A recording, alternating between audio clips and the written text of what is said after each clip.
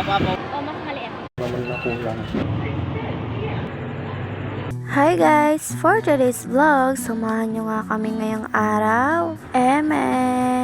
Eto na lang pala yung ipapakita ko sa inyo, yung nakasakay na kami sa bus. At hindi ko na rin pala napakita sa inyo yung pagiging get ready with me ko. Paano ba naman kasi nagmamadali na naman si Lalay? At saka alas 3 na pala ng mga oras na yan. Kaya naman minadali ko na. Kuya, naligo kami dyan kahit nagmamadali ang mga tao na to. Sobrang happy nga namin dyan. Paano ba naman kasi magagawa na yung cellphone ni Lalay at hindi na kami mag-aagawan sa isang cellphone. Hay, sa wakas, magagawa na rin siya after 3 months. At ngayong magagawa na yung cellphone niya, active na ako sa lahat. Tulad ng Facebook, TikTok, at saka iba pa. O siya guys, dito na pala tayo. Pagkapasok pala namin sa palengke, bumili na muna kami ng pang-ulam namin. Pagkatapos, pinagawa na ni Lalay cellphone niya. At dito pala, naghihintay muna kami. Fast forward guys, ng mga ilang minuto. Hindi ko pala napakita sa inyo, pumunta pala kami ng Twins dyan, yung store. Pero hindi siya grocery.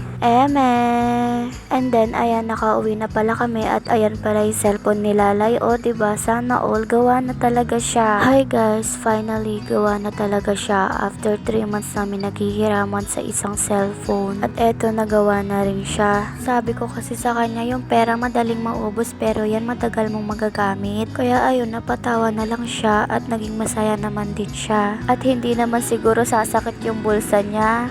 Ayan guys, yan lang naman yung pinagbibili ko sa Tweets. At ayun pala yung resibo, konti lang siya pero napakamahal talaga. O diba, meron pa tayo naghihintay na gawain dito sa bahay. Kaya naman talagang sinugod ko na yan at nilabanan ko na. At eto, inuumpisahan ko na habang si Lalay niluluto niya na yung ulam. Nilagang baboy yata yung binili niya kanina at ayun, niluluto niya na pala. Habang nagsiselfone siya at hindi niya na ginagamit yung cellphone ko at nagpapahinga na yung cellphone ko. At malaya na akong makakagamit sa cellphone ko at wala na akong iisiping taong manghihiram. Ano ba naman kasi guys, bibitawan ko yung cellphone ko, siya din yung sasalo. O diba, hindi na nakapagpahinga. Kaya naman, nasabi kong nakapagpahinga na yung cellphone ko. Kasi pag hindi ko siya gagamitin, ayun, nakakapagpahinga siya. At ayan, pinagbubukas ko na pala yung mga gamit na binili ko dyan. Kahit konti lang yan, sobrang saya ko naman. At tapos na pala ako nagtupi dyan. At ayan din yung isa, o diba, nakakamangha, meron pa siya sa loob. At hindi lang yan, hindi ko pala napansin yung salamin dyan. Kaya naman todo gulat talaga ako kasi gusto ko talaga may salamin para makikita mo yung sarili mo. At eto, sinunod ko na pala yung lipstick.